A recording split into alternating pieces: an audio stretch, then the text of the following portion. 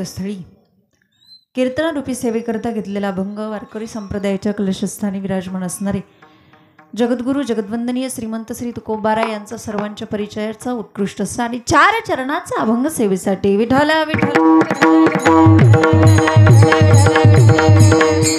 अभंगावरती बोलण्यापूर्वी थोडासा परिहार देणं वक्त्याचं आद्य कर्तव्य आहे। या ठिकाणी मामांच्या या दरबारामध्ये आपण सर्वजण उपस्थित झाला। गोड असं आयोजन या ठिकाणी आपण केलेलं आहे। अखिल कोट ब्रह्मांड नायक श्रीमंत श्री सद्गुरू बाळूमामांच्या चरणाजवळ आपण सर्वजण आलेला असताना या कार्यक्रमाचं निमित्त या साधून आणि हा योग साधून या ठिकाणी पुण्याचं काम करण्याचं जे काम करतात ते या ठिकाणचे आयोजक आदरणीय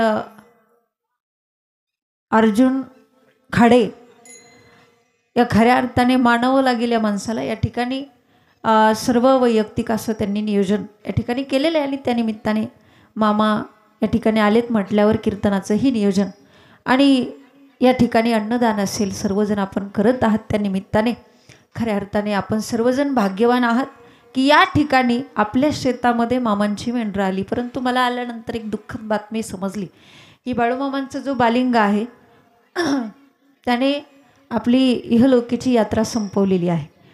परंतु या ठिकाणी दुःख वाटण्यासारखी गोष्ट आहे। परंतु ही मामांच्या मेंढरांची राखण करणारे जे कोण आमचे मामांचे भक्त आहेत खऱ्या अर्थाने त्यांचंसुद्धा खूप मोठं पुण्याचं काम आहे, पुण्याचा वाटा आहे आणि खऱ्या अर्थाने त्या ठिकाणी मामांचा जो बालिंग आहे त्याला मरण जरी आलेलं असलं तरी तो मामांचा आहे, त्यामुळे तो मामांच्या चरणाजवळ त्या ठिकाणी विलीन झालेला आहे, लक्षात घ्या।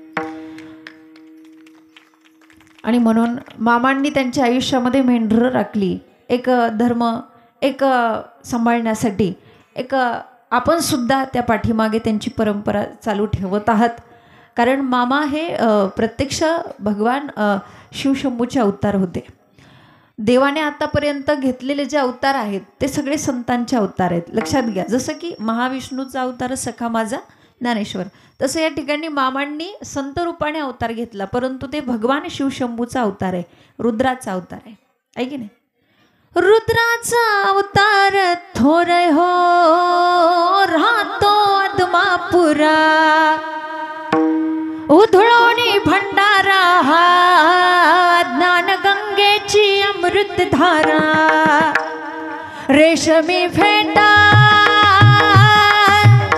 रेशमी फेटा मस्तकी त्याला सोन्याची किनार, दिसे रूप मनोहर त्याच्या नजरेत तलवार, बाळू मामा वैद वैद वैद जानवेद केल्या पैद वैद वैद, बाळू मामा वैद वैद वैद,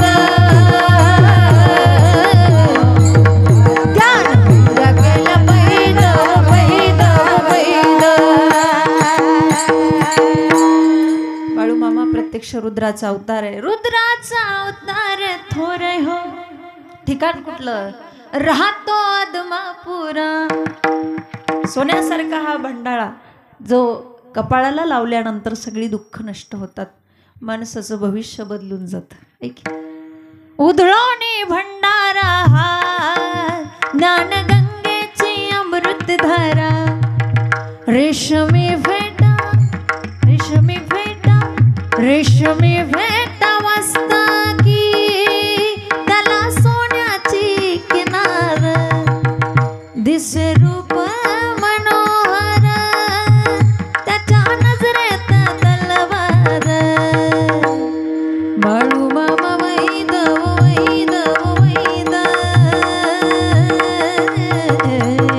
ध्यान मिंड केल्या वैद वैद वैद, हा रुद्राचा अवतार असणारा आणि खऱ्या अर्थाने तुमचं आमचं कल्याण करण्यासाठी, संपूर्ण विश्वाचं कल्याण करण्यासाठी धनगर समाजामध्ये मामांनी अवतार घेतला। खऱ्या अर्थाने प्रत्येक समाजामध्ये संत आहेत, प्रत्येक समाजामध्ये संत आहेत, पण संतांचं कार्य फक्त तेवढ्या समाजापुरतं नसतं, तर ते संपूर्ण विश्वासाठी असतं, लक्षात घ्या। आणि म्हणून या ठिकाणी मामांनी अवतार घेतला आणि अवतार घेऊन दीनदुःखीचांचं त्या ठिकाणी दुःख दूर करण्याचा प्रयत्न केला. गरिबांचं अश्रू पुसलं. आणि हे करत असताना कुणाला काही पीडा असेल, कुणाला भूतपिशाच, काही प्रेत, काही बाधा असतील, भूत बाधा असतील, काही करणी बाधा असतील, हे सगळं मामाने कुठलीही पीडा असू द्या त्या ठिकाणी ती पीडा निवारण करण्याचं काम मामांनी केलेलं आहे. खऱ्या अर्थाने मामाबद्दल जर आपण विचार करायचा झाला तर मी आतापर्यंत मामांचे मूळ पुरुष बाळाप्पा हे सांगायचे, परंतु ज्यावेळेस मी नीट चरित्र वाचलं त्यावेळेस माझ्या लक्षात आलं की त्यांचे मूळ पुरुष देसाई आहेत बरं का.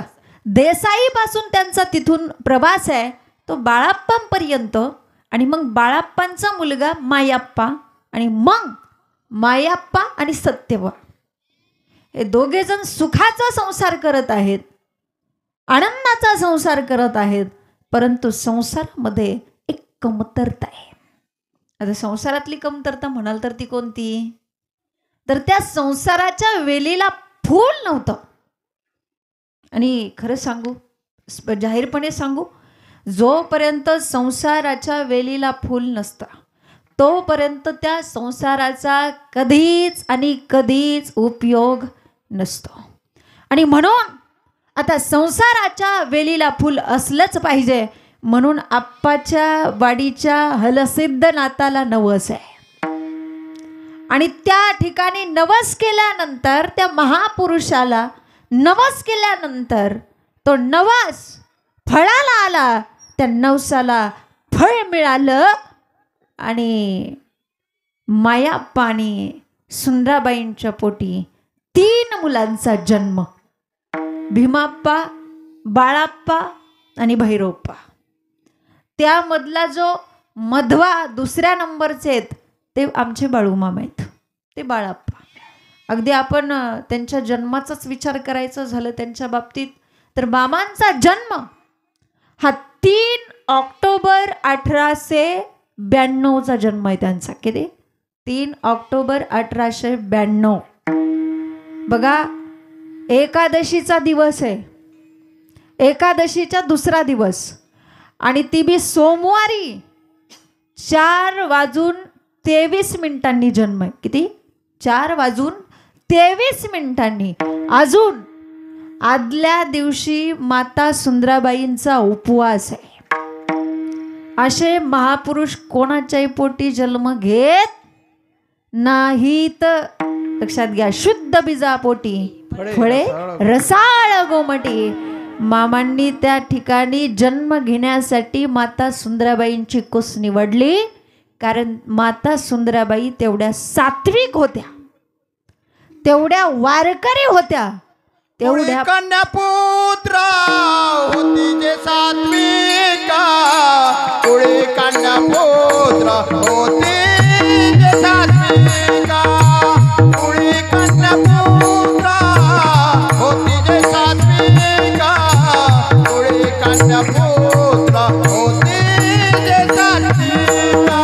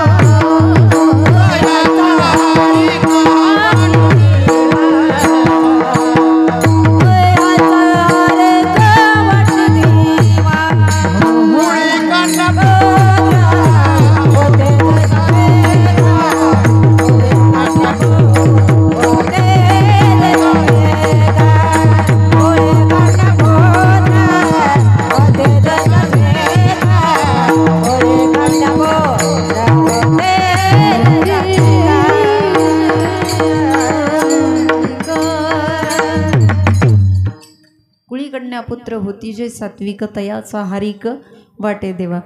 मामांनी जन्म घेण्यासाठी माता सुंदराबाईंची कुस निवडली, कारण तेवढी ती सात्विक होती, तेवढी ती वारकरी होती, तेवढी ती पुण्यवान होती, तेवढी ती अधिकार संपन्न होती. लक्षात घ्या. आणि त्या ठिकाणी मामांनी त्या सुंदराबाईंच्या पोटी जन्म घेतला आणि जन्म घेतल्यानंतर सगळीकडे आनंदी आनंद झाला. साखरपेढे वाटण्यात आले आणि हा हा म्हणता मामांचा सांभाळ करायला सुरुवात झाली. मामांचं जे बालपण होतं ते इतर पोरांसारखं नव्हतं. आता मी नेहमी सांगत होते, संत नवती जगा मानसाच्या सारखे, समुद्र नदी नव्हे पैगा, पाषाण म्हणून लिंगा, संत नवती जगा मानसाच्या सारखे, संत नवती जगा माणसाच्या सारखे. संत आणि माणूस याच्यामध्ये फरक आहे. मामांचं जे बालपण होतं ते इतर पोरांसारखं नव्हतं. एकांतात बसून राहायचे, बाकीची मुलं खेळायचे पण त्यांच्यात कधी मिसळायचे नाही, असे निवांत शांत बसून राहायचे. आणि शांत बसलेले असताना एकटेच बोलायचे, एकटेच.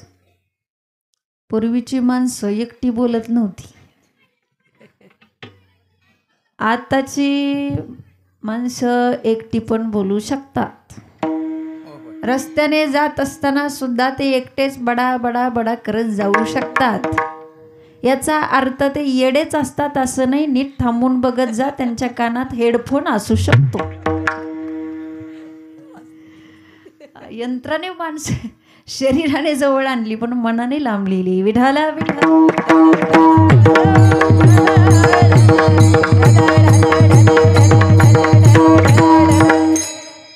आणि मग मामा एकटेच बोलायचे पण त्याला कारण होतं बरं का. काय कारण होतं? बाकीच्यांना वाटायचं की ते एकटेच बोलतात पण ते एकटे बोलत नव्हते बरं का. माई एकटे बोलत नव्हते.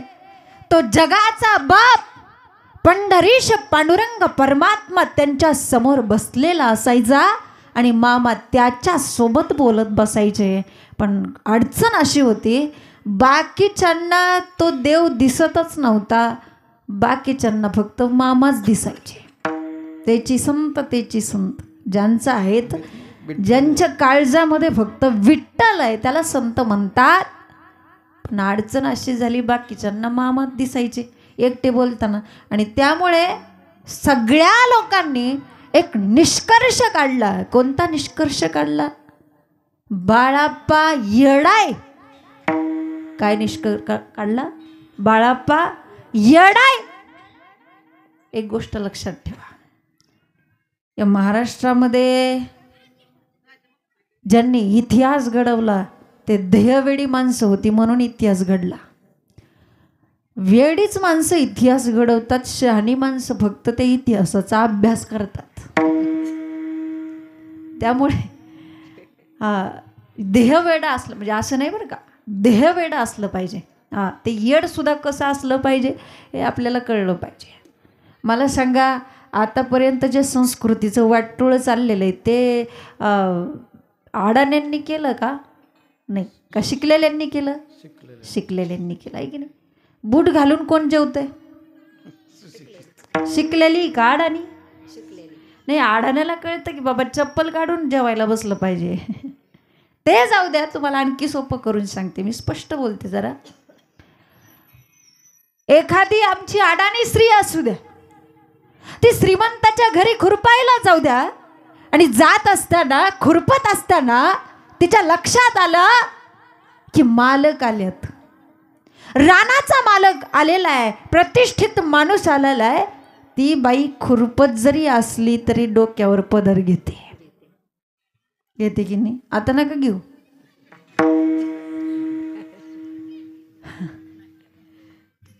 मी स्पष्ट बोलू, वरातीत चौकात ज्या नाचत्यात आहे त्या शिकलेल्या आहेत का बिना शिकलेल्या आहेत? शिकले.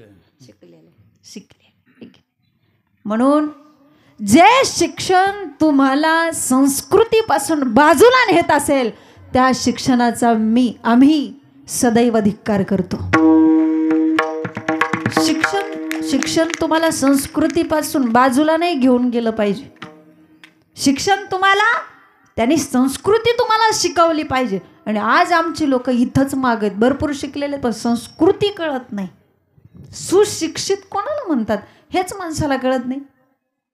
आणि मी सांगू का तुम्हाला, आपल्या लेकरांना सुद्धा एवढंच शिकवा की ती स्वतःला लायक समजतील.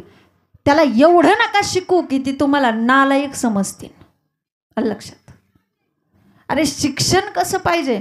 आणि मग इतकं ते 4 बुकं शिकताना शहाणं होतं ते म्हणतं काय खरं असतं काय नाही, देव कुठं खरा असतो काय, धर्म कुठं खरा असतो काय, गाथा कुठं पाण्यावरती तरती का काय, सदहे कुठं वैकुंठाला.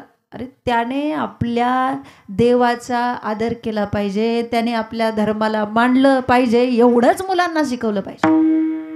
श्रद्धा पाहिजे. मी म्हणत नाही अंधश्रद्धा असूच नाही, पण श्रद्धा पाहिजे. लक्षात घ्या म्हणजे बोलण्याचा हेतू.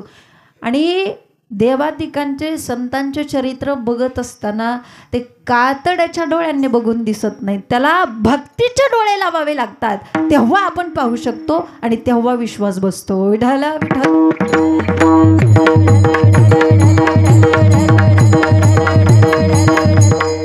अजून एक शब्द मी तुम्हाला जाता जाता बोलून जाईल. या महाराष्ट्रामध्ये या हिंदुस्थानामध्ये जेवढे जेवढे घोटाळे झाले शिकलेल्यांनी केले का अडाण्यांनी?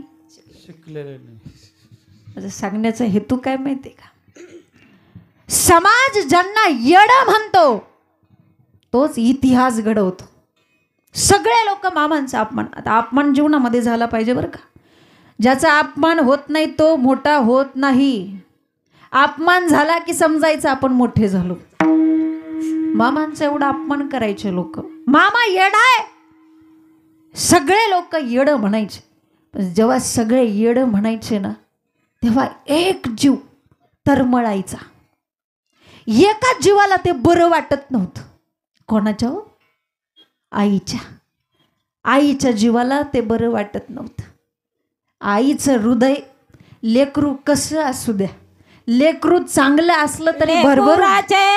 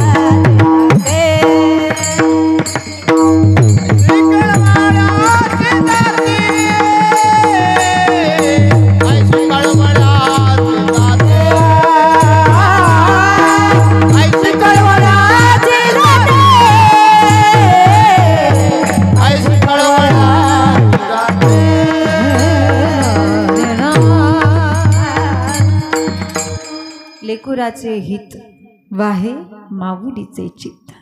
मी सांगू तुम्हाला आजपर्यंत या जगामध्ये आंधळी पांगळी बहिरी येडी माणसं सुद्धा जिवंत आहे. त्याला कारण एकच आहे, अजून पण त्यांना आई आहे बरं का. बाकी कोणतंही कारण नाही. मी असं म्हणते आज जर त्यांना आई नसती ना तर ही माणसं जगूच शकली नसती महाराज. म्हणून या ठिकाणी तुम्ही येता चांगली गोष्ट आहे. या ठिकाणी तुम्ही आला भक्तिभावाने आला, पण एकदा तरी आईला येताना विचारत जा, आई तू बरी का ग? फक्त एकदा विचारत जा. नाही तर इथं येतो भंडारा काय लावतो ओरडतो, काय त्याला महत्व नाही. तू इथं आला आणि किती ओरडला आणि किती भंडारा लावला आणि तू जर तुझ्या आईला नाही सांभाळत तर तुला माझा मामा कधीच पावायचा नाही.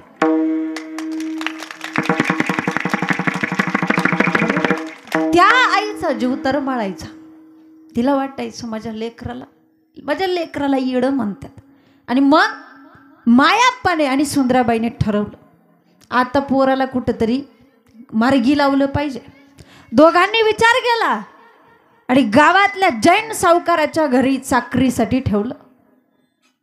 आणि मामा त्या ठिकाणी काम करायला लागले. तर कोणतं काम करायचे मामा? गायी राखायचं काम करायचे. गायी राखणाऱ्या माणसाला साधं समजायचं नाही. भगवान श्रीकृष्णाने सुद्धा गायी राखल्या होत्या. जी माणसं गायी राखतात ना तीच माणसं मोठी होतात बरं का. आणि मग त्या गायींना चारायला न्यायचं, घरी आणायचं, त्यांच्या धारा काढायच्या, हे काम मामांच्याकडे. त्यांना जेवणासाठी एक थाळी दिली होती. त्या थाळीमध्ये ते जेवण करायचे. जेवण झालं की ती थाळी अशी स्वच्छ पुसून एका दिवळीत ठेवायची. आणि एके दिवशी झालं काय माहिती, ते जैन सावकाराची आई सकाळी लवकर उठली पहाट. मामा झोपले होते. बघितलं त्याने आणि त्या थाळीतून प्रकाशाचे किरण झोत बाहेर येताना तिला दिसले. आणि त्या थाळीमध्ये तिला बस्तीचं दर्शन झाल्यानंतर तिने जाणलं ही थाळी काही सामान्य नाही. तिने ती थाळी घेतली आणि आपल्या देवघरामध्ये ठेवली. आता देवघरामध्ये ठेवल्यानंतर मामांनी बघितलं तर देवळीत थाळी नाही. विचारलं, माझी थाळी कुठं आहे? सांगितलं, तुला आम्ही दुसरी थाळी देतो, ही थाळी देणार नाही. नाही, मला माझीच थाळी पाहिजे. ही मोठी माणसं जी असतात ते एकनिष्ठ असतात कुठल्याही गोष्टीशी, लक्षात घ्या. आणि मग पटलं नाही, काम सोडलं, निघून गेले. संत एका जागेवर कधीच थांबत नाही. नदीचं मूळ आणि संतांचं कुळ कधीच विचारायचं नसतं. ज्या पद्धतीने एका जागेवरती थांबू शकत नाही तसं संतांना सुद्धा एका ठिकाणी थांबणं अमान्य असतं. आता घरी आले की घरी आल्यानंतर ते घरचे म्हणायला लागले की मामांना भूत लागले. काय म्हणायला लागले? मामांना भूत लागले. कुणाला? मामाला. आणि मग देवऋषांना बोलायला सुरुवात. तिकडं लेच कालवा येते, तिकडं बंद करा ती आवाज, इकडे येतोय आमच्या इकडं. माता भगिनीच असत्याला आमच्या बहुतेक. कोण आहे तिकडं? भरपूर गोंधळ इकडे. ते कोण मुलं आहेत का? विठाल विठाल.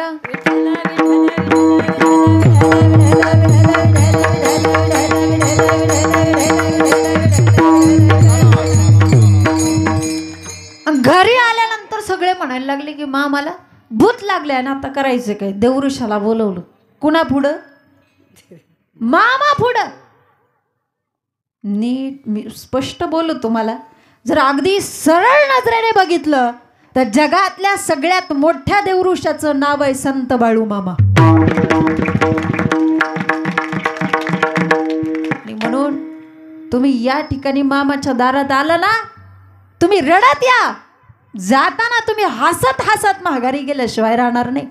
फक्त या ठिकाणी आल्यानंतर तुम्ही तेवढ्या भक्तिभावाने मामांना शरण गेलं पाहिजे. आणि मी नेहमी तुम्हाला सांगत असते, जिथं चपला काढताय तिथंच फुगिरी सोडा. मामांच्या दारात येताना मी किती मोठा आहे, मी किती सरपंच आहे, मी किती श्रीमंत आहे, मी ह्या पदावर आहे, अजिबात नाही. तुझ्या मोठेपणाला काडीची किंमत नाही. इथं आल्यावर मामांच्या दारात आला, मामांच्या दारात आल्यानंतर एवढंच म्हणायचं, मामा मी अनाथ आहे, मी अपराधी आहे, मी पापी आहे. मामा या जगामध्ये तुमच्याशिवाय माझं दुसरं कोणीही नाही. फक्त एवढं म्हणा, मामा तुम्हाला आशीर्वाद बी देतील आणि मामा तुमच्या कृपा बी करतील. फक्त तेवढ्या भक्तिभावाने मामाला शरण जा. जगातला सगळ्यात मोठा देवऋषी मामा. सगळे देवऋषी आले, बरे सगळे. कोणाचंच चालं ना, कोणाचाच उपाय चालं ना, आता करायचं काय. शेवटी सगळे देवऋषी त्या ठिकाणी माई अप्पांना सुंदराबाईंना सांगायला लागले, हे भूत आमच्या आवाक्याच्या बाहेरच आहे. माझा भाव तुझे चैनी, माझा भाव तुझे चैनी, माझा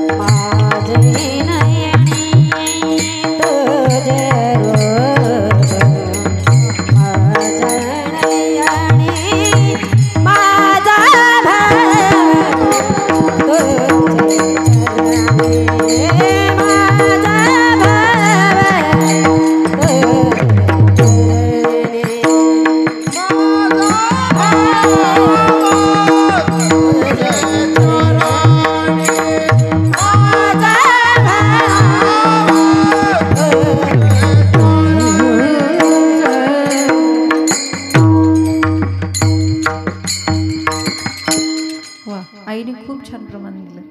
माझा भाव तुझे चरण. तेवढ्या भक्तिभावाने या ठिकाणी या.